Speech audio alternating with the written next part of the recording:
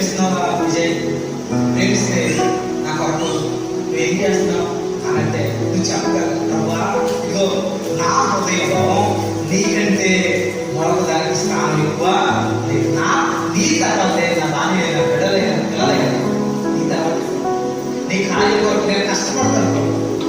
లోపల నాకు ఎన్నో ఇచ్చింది, మరి ఈ ఆలోచన ఇచ్చావు.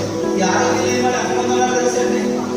ఈ ఆరోగ్య పరిస్థితి కనీసం ఇటువంటి ఆరోగ్యం లేని వాడు కావాలండి. విజయవాడ హాస్పిటల్కి వెళ్తే అప్పుడు గవర్నమెంట్ హాస్పిటల్కి నిజంగా దేవుడు ఎంత కావాలనిస్తాను. ఇలా ఈ మధ్యాహ్న కాలంలో ఇప్పుడైనా సరే ఇప్పుడైనా సరే దేవుని ఆశీర్వాదం ఒక ఎదురు చూడండి. ఇప్పుడైనా సరే పేరులోనే ఒక కాదు వెళ్ళిపోతాము. ఆయన తట్టు తిరగండి.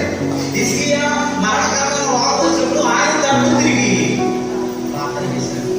దానియేలు కష్టం వచ్చినప్పుడు యెరూషలేము తట్టు తన చేతులు ఎత్తి కిటికీ వైపు చేతులెత్తి ప్రార్థన చేశారు. దావీదు కష్టం వచ్చినప్పుడు కొండల తట్టు కళ్ళెత్తి ప్రార్థన చేశారు.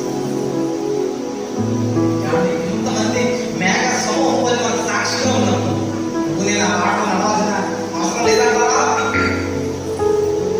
అయితే ఈ మధ్యాహ్నం దేవుడికి ప్రార్థించాలని ఇష్టపడతారు. అంటే కార్యము అంటే కృప దేవుడు మేము చేయాలని పరిపూర్ణంగా నింపబడాలని కోరుతూ నేను ఈ మాట ముగించింది. ఒక మాటను చెప్పాలని ఆశ. దేవుడు నేను నడిపించుకోవాలని, నేను ఆయన రూపంలో మార్చాలని దేవుడు ఆశపడుతున్నాను. పేరు అన్నీ తెలిసి తెలియదన్నట్టు వెళ్ళిపోతున్నా లేదా నిజంగా నేను ప్రేమిస్తాను ప్రభావాన్ని